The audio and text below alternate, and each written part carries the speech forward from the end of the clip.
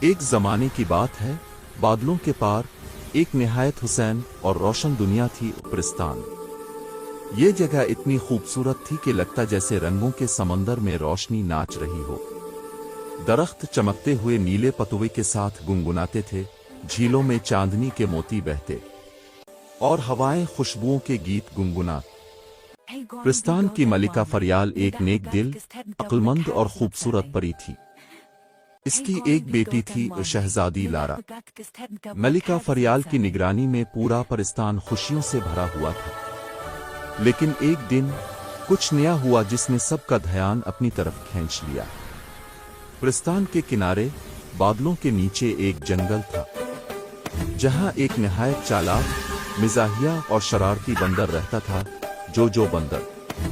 وہ عام بندروں سے مختلف تھا کیونکہ جو کو بولنے، ناچنے اور جادوئی ترکیبیں آزمانے کا شوق تھا۔ ایک دن جو نے سوچا، ساری پریاں ہمیشہ جادو، محل اور تاجوں کی بات کرتی ہیں۔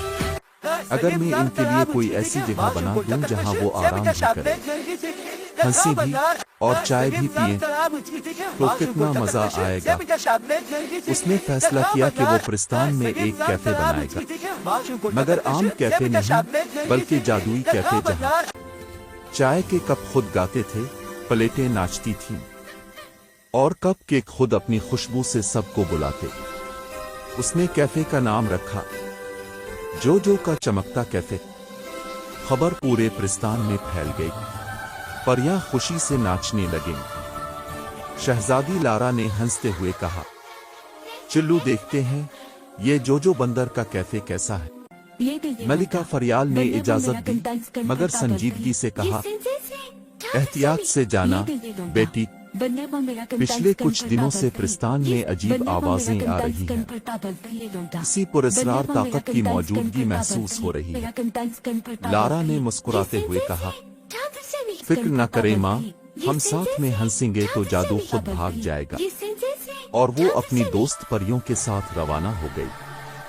پریاں جیسے ہی کیفے کے قریب پہنچی، جو بندر نے ایک بڑے فخر سے اعلان کیا، خواتین پریاں، خوش آمدید جو کے چمکتے کیفے میں۔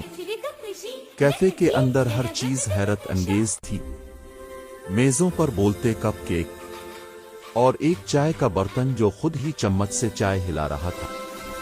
ایک پری نے ہنستے ہوئے کہا، یہ تو جادو ہے، پیزا بول رہا ہے۔ پیزا بولا، آہستہ کھانا، میں گدگدی کرتا ہوں۔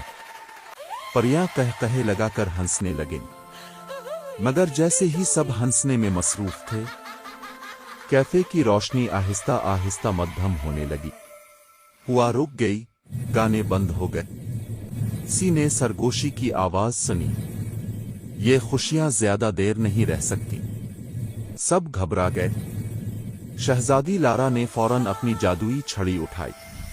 ایک کالا دھواں گھومتا ہوا آیا اور اس میں سے ایک سیاہ چادر میں لپٹا۔ خوفناک جادوگر نمودار ہوا زامور۔ زامور چیخ کر بولا، میں پرستان کی روشنی سے نفرت کرتا ہوں، تمہاری ہنسی میرے جادو کو کمزور کر رہی ہے، یہ کیفے ختم کرنا ہی پڑے گا۔ پریوں نے ایک ساتھ اپنی چھڑیاں گھمائی، ہوا میں نیلی اور سنہری چمکیں اڑنے لگیں۔ جو نے تیزی سے میزوں کو ڈھالوں میں بدل دیا۔ پریاں گانے لگیں کیونکہ ان کا جادو آواز میں چھپا ہوتا ہے۔ ان کی آوازوں سے روشنی کے دائرے بننے لگے۔ شہزادی لارا نے کہا، خوشیوں کو کبھی بند نہیں کیا جا سکتا زامور۔ زامور نے اپنا کالا جادو چھوڑا، مگر جو نے جلدی سے خوشیوں کی چائے کا ایک کپ اٹھایا اور وہ کپ زامور کے اوپر پھینک دیا۔ چائے کے چھینٹے روشنی میں بدل گئے۔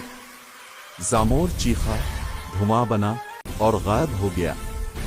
جیسے ہی زامور غائب ہوا، کیفے کی بتیوں نے دوبارہ چمکنا شروع کر دیا۔ سب پریاں خوشی سے تالی بجانے لگیں۔ شہزادی لارا نے جو کو گلے لگا کر کہا، تم نے بہت بہادری دکھائی جو تم نے نہ صرف کیفے کو بلکہ پرستان کی خوشیوں کو بھی بچا لیا۔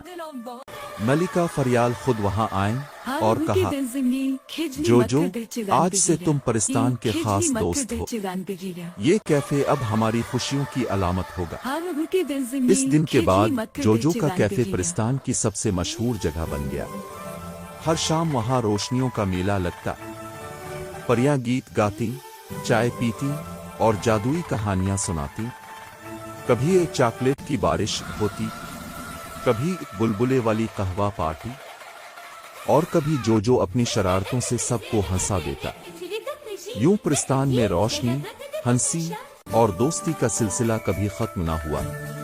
اور آج بھی جب بادلوں میں کسی جگمگاتے گوشے سے چائے کی خوشبو اور ہنسی کی آواز آئے تو سمجھ لو جو بندر کا کیفے اب بھی وہاں کہیں چمک رہا ہے۔